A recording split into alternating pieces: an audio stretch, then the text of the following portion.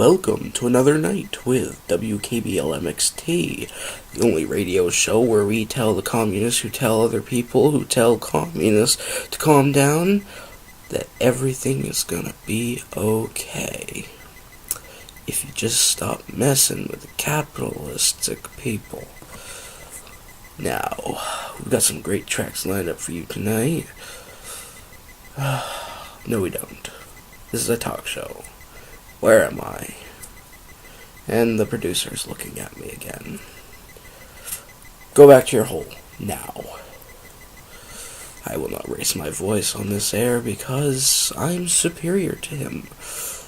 In every way. And now a word not from our sponsors.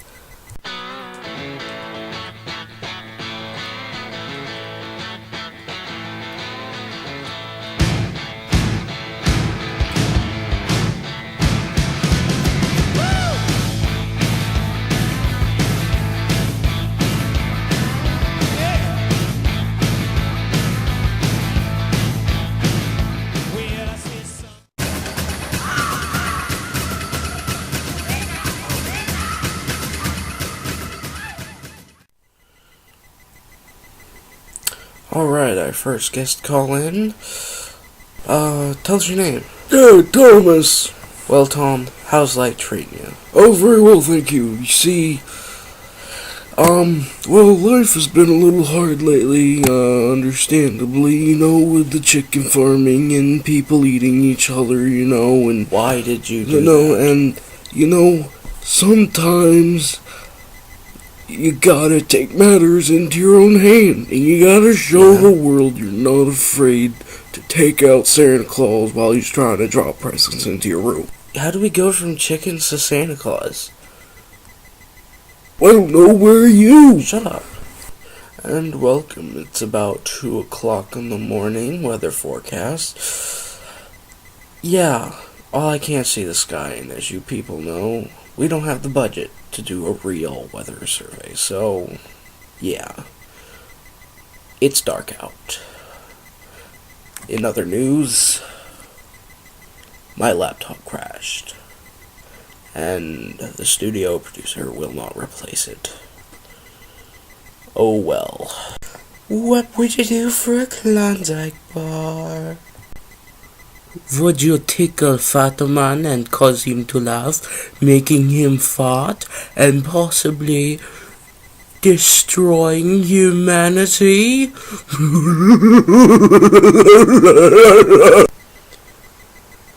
I most certainly will do this task, for it requires my kind of daring and inability to comprehend consequences. Tickle.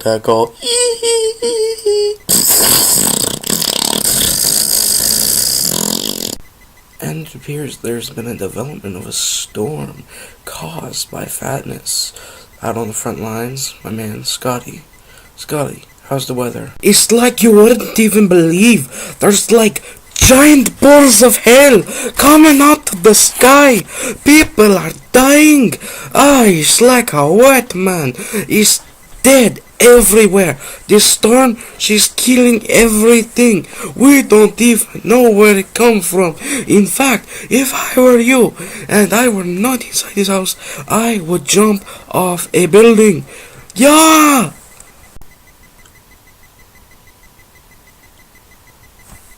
What the crap was that? You failed me, Scotty.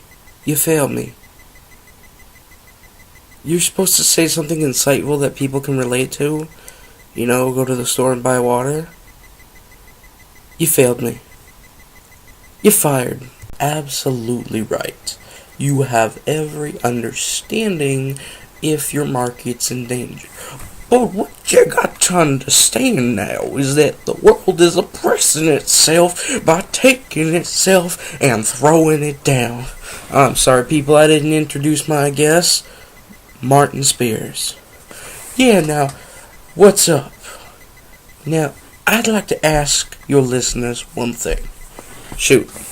How many people does it take to realize that an African person is starving and we are doing something about it? Well, that's a very good question. We have many forces, you know. NATO is attacking pirates in the Caribbean. Damn pirates is in Somalia, fool!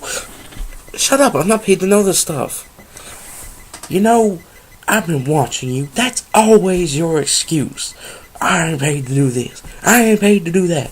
What are you paid to do? I am paid to bring you lies! That sounds really good.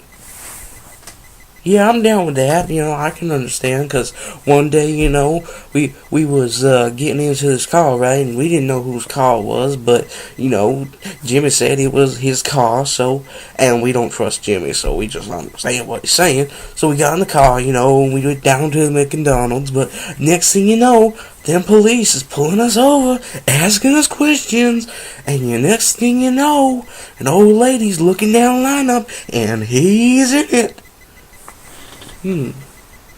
That reminds me of an interesting story involving an alligator, a giraffe, and 6 alpaca. Now, my next guest, whom I am most proud to bring to you, many seem to be quite impressed with his accomplishments, the 2-in-1 Forge syndrome patient. I dare say you label us like we are something you just throw aside when you're done and scrape us off the ground. Here, I second that indeed. Most indeed. Superbly indeed. Extravagantly. This is gonna be fun. So, I was asking the old chap one day, a day in the month, named the one. Oh, the first day of the month, oh, you are right, you are. And you know what he said to me? He said this, I cannot understand what makes you think that you should be president if you understand why we are going to war in the Cheesy Doodle. You have been to war in the Cheesy Doodle? No, I have not been in the war with the Cheesy Doodle. The Cheesy Doodle come to me and they'd be like, we're going to war. And I'd be like, oh, indeed, well, so. And then you'd be like, what? And I'd be like, here, now, see me go to the war. But I get there and they say, we do not have room for 2-in-1 Forge syndrome. Can you believe that? Indeed I can. Most indubitably, most indefinitely. For all the causes of love and war, yours is the most true and noble. Except for Pat Banta, she really has something else. Pat Banta, indeed.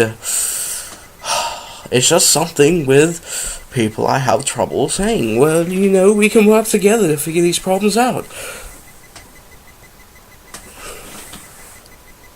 As I was saying, and so he most definitely inquired as to why I was so rejected. I really couldn't explain it to him. So, have you two either, been in 2 different places at once?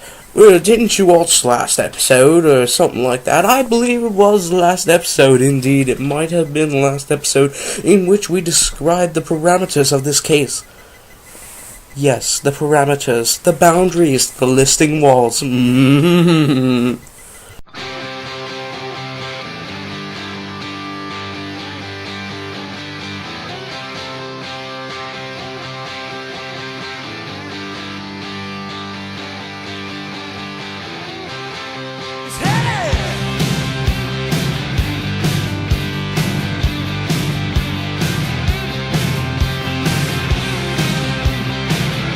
And you wake up and see the sky, and for the first time you begin to see cheese doodle, cheese doodle, cheese doodle, cheese doodle, cheese doodle.